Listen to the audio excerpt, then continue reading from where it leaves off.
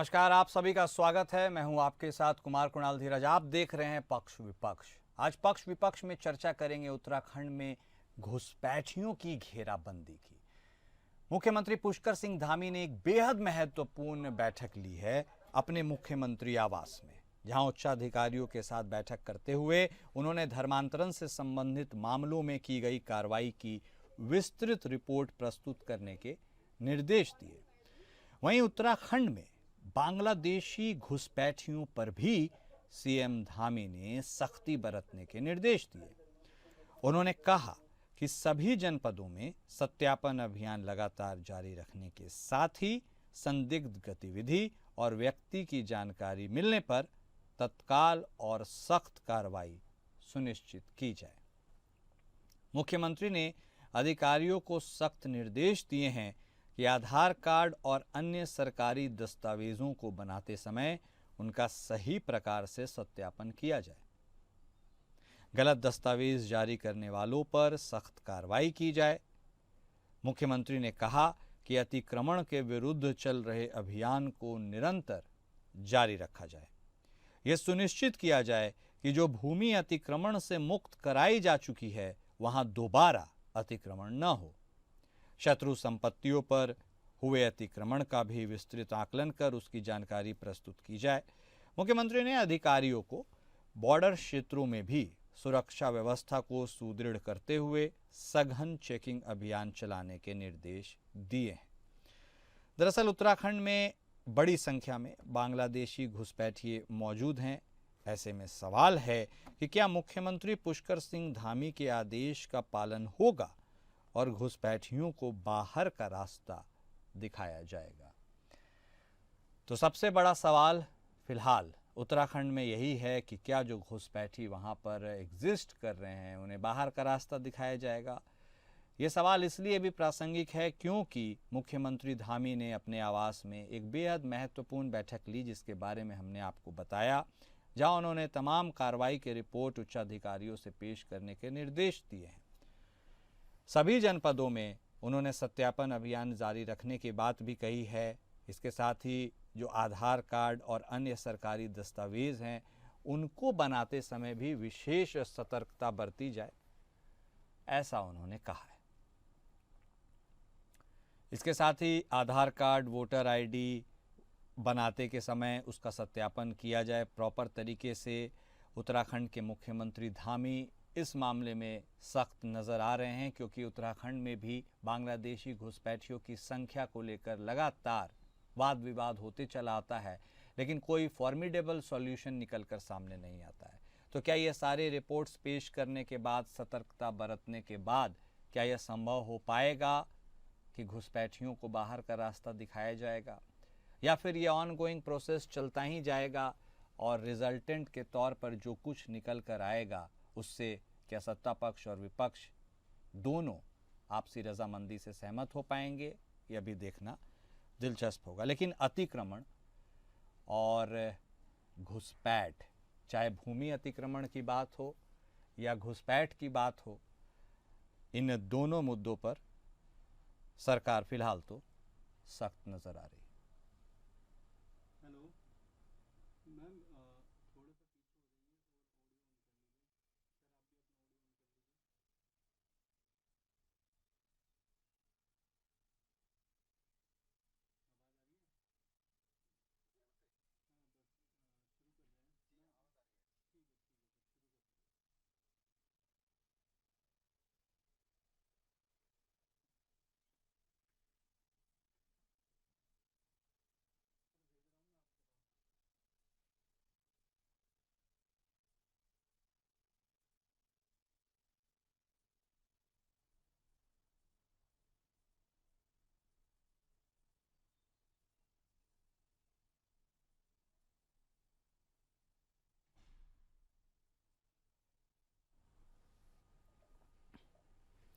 तो बात हम घुसपैठियों की घेराबंदी की कर रहे हैं और इस बात को समझने जानने की भी कोशिश करेंगे कि मुख्यमंत्री धामी के द्वारा दिए गए निर्देश कितने असरदार हैं और इसका रिजल्ट क्या कुछ निकल कर आता है। हमारे साथ हमारे खास मेहमान जुड़ चुके हैं।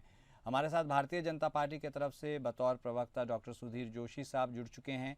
कांग्रेस पार्टी की तरफ से बतौर प्रवक्ता डॉक्टर प्रतिमा सिंह जी भी हमारे साथ जुड़ चुकी हैं। आप दोनों खास मेहमान का स्वागत है। शुरुआत जोशी साहब आप ही के साथ करते हैं। बेहद महत्वपूर्ण सवाल हमेशा से उत्तराखंड की फिजा में बना रहता है, बरकरार रहता है, वो है अतिक्रमण और बांग्लादेशी घुसपैठिए की।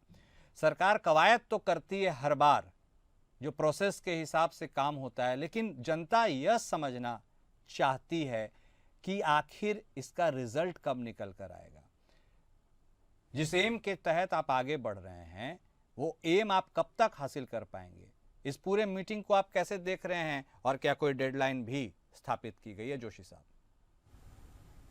देखिए, ये बहुत महत्वपूर्ण मुद्दा है और मुद्दा जब आप पूरे देश भर के अंदर देखेंगे, अगर जिस तरीके से घुसपैठी है और खास तौर पर आपने कहा कि बांग्लादेशी घुसपैठ किस तरीके से हो रही है और चाहे रोहिंग्यास की बात हो, आप देखेंगे डेमोग्राफी बड़ी चेंज होती है। आप देखेंगे अभी हाल ही में जैसे माननीय मुख्यमंत्री जी ने जैसे फैसला दिया है, जैसे अभी सुनिश्चित किया है कि सब लोगों का सत्यापन होना चाहिए, क्योंकि जो डेमोग्राफी अभी एक नैनीताल से अभी एक रिपोर्ट जैसे आई है कि वहां पर कुछ रोहिंग्यास की शिनाख्त हुई है। तो देखिए, जल जंगल जमीन जब उत्तराखंड का है और बाहर से लोग यहाँ पर रहेंगे, तो जो यहाँ के रहने वाले जो बाशिंदे हैं, यहाँ रहने वाले जो लोग हैं, वो जो तमाम सारे जो संसाधन है जिन पर यहाँ के लोगों का अधिकार है और उनका मूलभूत अधिकार उनका है, लेकिन अगर दूसरे बाहर के लोग यहाँ रहेंगे तो फिर ये बड़ा एक सोचनीय विषय भी है। और बात ये करें कि पूरे देश भर में आप लोगों ने देखा होगा, असम के अंदर आप लोग देखते होंगे कि सबसे ज्यादा बांग्लादेशी घुसपैठ वहां देखने को मिली। और एनआरसी का मुद्दा भी आप लोग जानते हैं कि सुप्रीम कोर्ट ने भी कहा कि भाई नेशनल रजिस्टर्स ऑफ सिटीजनशिप पर बात करने की बात कही। वहां आप लोग देखेंगे कि 6 सालों तक आंदोलन चलता रहा। वहां की जो सभ्यता है, संस्कृति है और जो वहां की जो भाषा की बात है, उसको बचाने के लिए 6 सालों तक आंदोलन चलता रहा।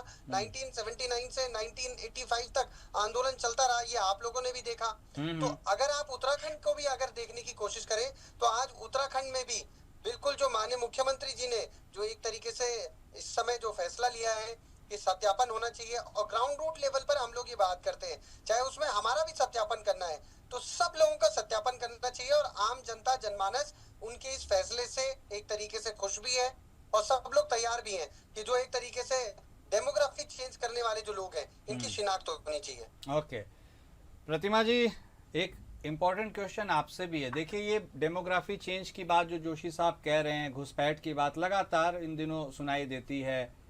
ऐसे में आपको लगता है कि वाकई सरकार की मंशा है कि जो घुसपैठी हैं उनको बाहर किया जाए, या फिर एक पॉलिटिकल गिमिक है, स्टंट है और इस वार्ता को लगातार बरकरार रखने की कोशिश की जा रही है ताकि निकल कर क्या कुछ सामने आता है, यह भी तो जनता जानने की कोशिश करती है। विपक्ष इस पूरे प्रक्रिया को कैसे देखता है, मैं ये समझना चाह रहा हूँ। देखिए, अगर सरकार की मंशा साफ है और नीयत में कोई खोट नहीं है तो बिल्कुल कांग्रेस पार्टी के जो हमारे नेता है माननीय राहुल गांधी जी ने भी सदैव कहा है, जब भी देश की सुरक्षा की बात है तो हम जो है सरकार के साथ खड़े हैं। यहाँ पर मंशा पे जो है सवाल है, क्योंकि आप रोहिंग्यास हो गए या बांग्लादेशी हो गए, इनकी बातें जब से भारतीय जनता पार्टी सत्ता में है, चाहे केंद्र में है चाहे राज्य में है, ये बातें हम तब से सुन रहे हैं। और अब जाकर के सरकार जागी है, अब जाकर के आप सत्यापन की बात कर रहे हैं, अब जाकर के आप ये कह रहे हैं कि ग्राउंड लेवल पे सत्यापन होना चाहिए। तो मुझे लगता है कि ये जब जब सामने चुनाव आते हैं तब तक ये पॉलिटिकल जो है मुद्दा इसे बनाने की कोशिश भारतीय जनता पार्टी करती है, जो कि नहीं होना चाहिए। बिल्कुल, अगर हमारे देश में कोई भी ऐसा व्यक्ति रह रहा है जो इलीगल तरीके से रह रहा है तो उसकी जो है उसको इस देश में से बाहर भेजने की जिम्मेदारी सरकार की है। हाँ। और अगर ऐसे कोई लोग रह रहे हैं और इसकी सूचना सरकार को नहीं है तो मुझे लगता है कि ये फिर हमारे जो इंटेलिजेंस जो है डिपार्टमेंट है और जो एलआईओ है उनकी तरफ से बहुत बड़ी एक चूक है। तो इसकी भी जिम्मेदारी सरकार की है कि वो रह रहे हैं काफी सालों से और आपको उसका पता नहीं है, और उसके बाद आज आप सत्यापन की बात कर रहे हैं, ग्राउंड लेवल सत्यापन की बात कर रहे हैं। मैंने मुख्यमंत्री जी को सुना, उन्होंने कहा कि आधार कार्ड की बात हो या राशन कार्ड की बात हो, आप जाकर के मौके पे सत्यता करने का कार्य करें, उसके बाद प्रमाणित करने का कार्य करें। तो इसका मतलब है कि अभी तक ये जो सिस्टम चल रहे थे इनके पिछले 8 सालों से, ये इस लाइन पे नहीं चल रहे थे। यही वजह है कि ये कहना पड़ा। दूसरी बात, मैं एक बात का जवाब देना चाहती हूँ। देखिए, यहाँ पे हम बात कर रहे हैं रोहिंग्यास की और बांग्लादेशी की। यहाँ पे ये कहना कि बिल्कुल देखिए ये प्रदेश का हमारा जल जंगल और जमीन है, बिल्कुल इसमें दो राय नहीं है, लेकिन ये कह देना कि उत्तराखंड के संसाधनों पर जो है बाहर के लोग आकर के अगर उसका फायदा उठाएंगे तो ये प्रदेश के लिए सही नहीं, ये गलत बात है। हम अंदर बाहर ऊपर नीचे हिंदू मुसलमान और ब्राह्मण ठाकुर, इस बात की राजनीति से हमें ऊपर उठना पड़ेगा। और अगर आज हम अगर इस तरीके की सोच रखेंगे तो हमारे प्रदेश के लोग भी जिन दूसरे प्रदेशों में जाते हैं, अगर वहाँ के लोग भी इस तरीके की सोच रखने लगे तो हमें लगता है आ रहे हैं जोशी साहब, गलत बात हो जाएगी। इसलिए मैं इस बात से थोड़ा सा मुझे इस बात ये खटकी ये बात, इसलिए मैंने इस बात को रखी। बाकी बिल्कुल अगर आप इलीगल जो लोग रह रहे हैं यहाँ पे, चाहे वो बांग्लादेशी हो चाहे वो रोहिंग्याज हो, आप उनका सत्यापन करके उन्हें अपने देश भेजिए। इसमें कांग्रेस पार्टी आपके साथ खड़ी है। ठीक है जोशी साहब, लेकिन एक पॉइंट तो है ना, लगातार 8 साल से आप बोलिएगा जो आपको बोलना है, एक सवाल भी मैं उसके साथ अटैच कर दे रहा हूँ। आप लगातार 8 साल से सरकार में हैं, 8 साल एक लंबा टाइम फ्रेम होता है, अभी भी सिर्फ बातें हो रही हैं। मेरा पूछने का आशय यह है कि सिटीजनशिप अमेंडमेंट एक्ट हो या नेशनल रजिस्टर ऑफ सिटीजन्स है, ये दोनों चीजें आपके पास होने के बावजूद आप यह बताइए कि आपने कितने अवैध घुसपैठियों को बाहर निकाला। आपके पास तो ये सारे संसाधन हैं, तो फिर सिर्फ बात क्यों जोशी साहब? देखिए, अभी जैसे प्रतिमा जी अभी बता रहे हैं, शायद उन्होंने मेरी बात को ठीक से नहीं सुना, क्योंकि मैंने ये नहीं कहा कि बाहर के लोग उत्तराखंड में ना आए। ये तो बिल्कुल एक तरीके से डिफर करने वाली बात है और डिविएट करने की बात है। मैंने साफ तौर पर ये कहा कि जो ये लोग हैं, जो डेमोग्राफी, अभी नैनीताल की जो खबर है कि रोहिंग्या वहां पर एक शिनाख्त की गई है, तो न जाने कितने लोग बनभूलपुरा में होंगे। 50,000 से लोग अधिक लोग वहां पर हैं बनभूलपुरा में, नैनीताल के अंदर। आप लोग हल्द्वानी में देखेंगे जो रेलवे पे पटरी पर जिन्होंने कब्जा किया है, इस पर ये लोग कुछ नहीं कहेंगे, क्योंकि ये समर्थन करते वहां पर जो सुमित हृदय से उन्होंने बसा रखा है उन लोगों को। और ये बात कर रहे थे अभी कि राहुल गांधी जी देश हित में बात करते हैं। अभी ऑपरेशन सिंदूर देखा, वो सबसे पहले पूछने लगे कि भाई भारत के जहाज कितने गिर गए। अरे भैया, जो चाइना के खिलाफ राहुल गांधी साहब कुछ नहीं बोल रहे, टर्की के खिलाफ कुछ नहीं बोल रहे, और आज इनको याद आ जा रही कि राहुल गांधी देश हित में बात कर रहे। उन्होंने एक बार ये नहीं कहा कि भाई देश ने बड़ा निर्णय लिया है और ऑपरेशन सिंदूर 30 मिनट में कैसे उन आतंकी। लेकिन जोशी साहब, लेकिन किरण रिजिजू साहब बतौर मंत्री तो उन्होंने कहा है कि बतौर विपक्ष हमें सबका साथ मिल रहा है, जैसी उम्मीद नहीं थी वैसा भी साथ मिला, तो फिर प्रॉब्लम कहाँ है? नहीं, देखिए, जैसे आपने कहा कि सीसीए की बात है, सिटीजनशिप अमेंडमेंट की बात है। भारत ने एक बड़ा फैसला किया कि उन तमाम सारे जो माइनॉरिटी लोग हैं, जो अलग अलग 3 देशों से आते, उनको एक तरीके से भारत में, जो अगर उन देशों में उनको प्रताड़ित किया जाता है, उनको भारत में अगर स्थान दिया जा रहा है, तो एक बड़ा डिसीजन भारत ने किया। आप लोग देखिए कि अहमदिया जो मुसलमान है, उनकी क्या स्थिति आज पाकिस्तान में है। आज आप देखिए कि जो पसमानदा समाज के जो मुसलमान है, उनकी क्या स्थिति है। लेकिन सरकार इस पर भी काम कर रही है। लेकिन आज हम लोग ये बात करने चाह रहे थे कि जो रोहिंग्याज है, बांग्लादेशी हैं, आज जो अवैध रूप से जो लोग रह रहे हैं, तो अवैध रूप से जो रह रहे हैं उनके खिलाफ ही तो हम बात कर रहे हैं। हम जो लोग बाहर से यहाँ आए हैं, अलग अलग स्टेट से लोग आए, हम उनके खिलाफ थोड़ी ना बात कर रहे हैं। जोशी साहब, आपकी सब बात मान लेते हैं, अगर मान भी लेते हैं तो ओनस किसका है? सर, ओनस तो आप ही का है ना। सेंटर में भी आपकी सरकार है, स्टेट में भी आपकी सरकार है। 8 साल एक लंबा वक्त है स्टेट में, सेंटर में 2014 से बीजेपी की सरकार है। इतना वक्त क्या पर्याप्त नहीं है जोशी साहब? अब तो रिजल्ट आना चाहिए था, अभी भी सिर्फ बात। देखिए, बात नहीं हो रही है। आप लोग देखेंगे सब जगह अभी आप लोगों ने देखा होगा कि डिजिटलाइजेशन के वर्ड में भी आप लोग देख रहे होंगे कि चाहे अभी जैसे आपने कहा अभी कि भाई 8 साल एक लंबा टाइम फ्रेम होता है, बहुत ज्यादा लंबा नहीं है। आप लोग देखेंगे कांग्रेस ने बहुत सालों तक राज किया, लेकिन आप लोग देखेंगे कि आज 8 सालों में बहुत कुछ अभी सरकार कर रही है। और जो तमाम सारे जो लोग अवैध रूप से रह रहे हैं, उनकी शिनाख्त जरूर सरकार ने की है। और अगर सरकार कर रही है तो भाई इससे पहले अगर 8 सालों से पहले देखी जाए तो शायद इस पर तो कभी कोई कांग्रेस के तमाम सारे लोग तो कभी बात करने के लिए तैयार ही नहीं होते थे। ओके। देखिए, जोशी साहब ने जो कहा, प्रतिमा जी अब आप ही के पास आ रहे हैं, एक आशय उनका था कि 8 साल इज नॉट एनफ, पहला, और दूसरा कि आप लोग भी जब सत्ता में थे लंबे वक्त तो आपने ऐसा कुछ किया नहीं, तो उन्हें वक्त लगेगा और वो कर रहे हैं। काउंटर आपका। देखिए, 8 साल एक बहुत बड़ा समय होता है, और जब आप चुनाव आता है, आप हमेशा यही कहते हैं कि हमें 5 साल का मौका दे दीजिए, हम तो सूरत बदल देंगे इस प्रदेश की। और सूरत तो छोड़िए, बदलना तो छोड़िए, ये इस प्रदेश की सूरत को बेहाल करने का कार्य भाजपा ने किया है। मैं 2 बातों का जवाब जोशी जी का देना चाहूंगी कि इन्होंने कहा राहुल गांधी जी ने ऑपरेशन सिंदूर पे सवाल पूछा, ये गलत है। आप लोग भ्रमित करते हैं जनता को। जैसे ही 22 अप्रैल को पहलगाम में इतनी बर्बरतापूर्ण हत्या हमारे नागरिकों की हुई, राहुल गांधी जी ने तुरंत कहा कि मोदी जी आप सख्त से सख्त कार्रवाई करिए, इतना कठोर एक्शन लीजिए कि पाकिस्तान को अगली बार सोचना पड़े भारत की तरफ आंख उठाने के लिए। देखिए 11 पे भी आपको बोलना चाहिए था।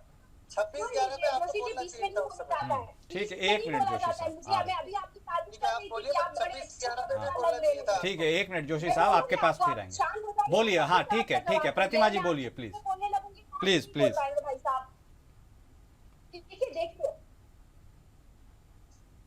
सवाल तब जब जयशंकर ने खुद मीडिया के सामने ये बात रखी कि हमने पाकिस्तान को सूचना दे दी थी कि हम ये कल अटैक करने वाले हैं आपसे, आपकी भूमि पर, और जो है टेररिस्ट के खिलाफ। अरे आप पाकिस्तान जैसे देश पे भरोसा क्यों कर रहे थे? आपने इतना बड़ा छल करने का कार्य किया इस देश की सेना के साथ।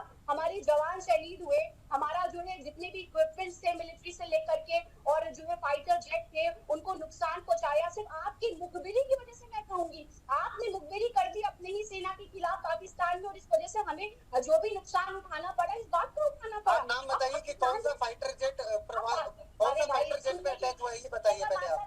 जोशी जी, सुनने का मादा रखिए। भाजपा के प्रवक्ताओं में सबसे बोलिए फिर आप सुनते जानकारी एक मिनट सर प्लीज, जानकारी से कलेक्ट प्लीज सर। जोशी साहब आते हैं आपके पास, उनको कंप्लीट कर लेने दीजिए सर, फिर आप अपना काउंटर रखिएगा सर। ऐसे में वाद विवाद में कुछ बात निकल कर सामने नहीं आएगी। प्लीज आप दोनों से रिक्वेस्ट है, आते हैं जोशी साहब आपके पास, उनको कंप्लीट कर लेंगे। बोलिए। पहले आप ही पहले ठीक से सवाल पूछने की बात रखिए। गलत बोलेंगे तो उसका जवाब देना तब पड़ेगा। गलत बोलेंगे तो जवाब मिलेगा। एक मिनट जोशी साहब प्लीज सर, आप ही धैर्य रख लीजिए, एक मिनट सुन लीजिए ना सर। एक चीज मैं बीच में बोलना चाहूंगा। बोलिए, एक मिनट प्रतिमा जी प्लीज, एक मिनट बोल लेने, क्या बोल रहे हैं बोलिए। देखिए, राहुल गांधी साहब ने कहा, एक मिनट, कितना नुकसान हुआ आपको बताना पड़ेगा। आपको ये भी बताना पड़ेगा कि उस मंत्री के खिलाफ आपने क्या की, जिसने सेना आप सुनिए, मैं बताना चाहता हूँ, आप सुनिए, अब आप सुनिए। आपने मध्य प्रदेश के नहीं सुनूंगी, अब आप राहुल गांधी, मैं भी नहीं सुनूंगा आपकी बात। एक मिनट सर प्लीज। जयशंकर की क्या हैसियत है कि उसने पहले इंफॉर्मेशन कैसी दी? हम ये कहना चाह रहे हैं कि राहुल गांधी की क्या हैसियत है, वो कभी कैबिनेट मिनिस्ट्री नहीं, उन्होंने कभी नहीं संभाली। अरे उन्होंने जानकारी दी, उन्होंने ये कहा कि बाद में कहीं पाकिस्तान ना रहे, ये ना कहे। भारत ने पहले इंफॉर्मेशन दी कि हम आतंकी ठिकानों को टारगेट बना रहे हैं। हमने कोई आर्मी एरिया को टारगेट नहीं बनाना है। साफ तौर पर ये भारत के विदेश मंत्री ने पहली जानकारी इसलिए दी। जोशी साहब, प्रतिमा जी, पर्याप्त समय है। आप दोनों यदि अपनी बातों को एक एक करके रखेंगे तो बेहतर होगा। एक एक करके बोलिए सर। हमेशा होता है, आप अगर सुनना नहीं चाहते। जोशी साहब एक मिनट सर, आ रहे हैं आपके पास। प्रतिमा जी को कंप्लीट कर लेने दीजिए, फिर आपके पास आ रहे हैं। मालूम है कि भारत के कितने एयरफोर्स के जहाज। एक मिनट। अरे भैया, भारत के डीजीएमओ ने कह दिया कि ऑल पायलट्स आर बैक। अरे सर, जंग भारत और पाकिस्तान के बीच छिड़ी थी, आप दोनों आपस में क्यों लड़ाई कर रहे हैं sir? Please please please Joshi साहब प्लीज सर, एक मिनट आप रुक लीजिए। एक मिनट जोशी साहब आ रहे हैं आपके पास, आ रहे हैं। प्रतिमा जी बोलिए जल्दी से। अरे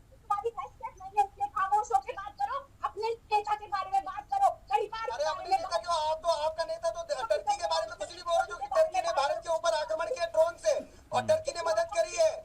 टर्की ने मदद की पाकिस्तान की, बोल रहे हैं सर। भारत पाकिस्तान के युद्ध की चर्चा हम नहीं कर रहे हैं, हम उत्तराखंड में अतिक्रमण और घुसपैठिए की बात कर रहे हैं। प्लीज आप लोग दोनों समझिए, जनता ये जानना चाह रही है। पाकिस्तान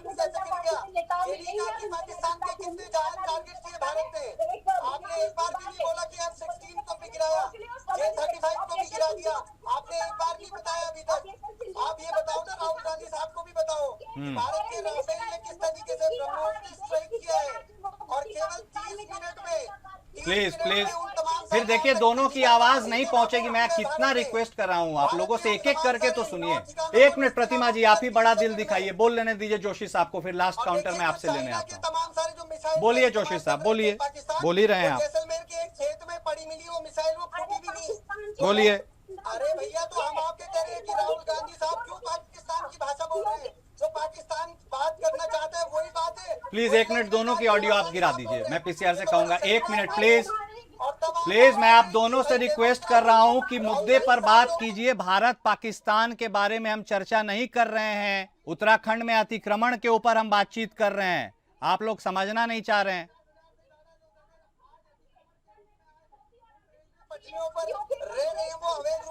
बहुत इंटरेस्टिंग।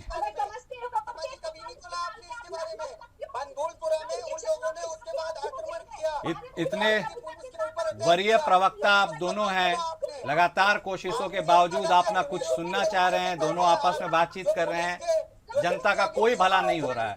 इसीलिए बहुत शुक्रिया आप दोनों खास मेहमान का हमारे साथ जुड़ने के लिए, और इस चर्चा में जो भी इनपुट्स आप दे सकते थे उसके लिए। आप देख ही रहे हैं हो क्या रहा है, लेकिन जो हो रहा है या नहीं होना चाहिए था, बात आपके और आपकी हित की होनी चाहिए थी। पक्ष विपक्ष में आज बस इतना ही। नमस्कार।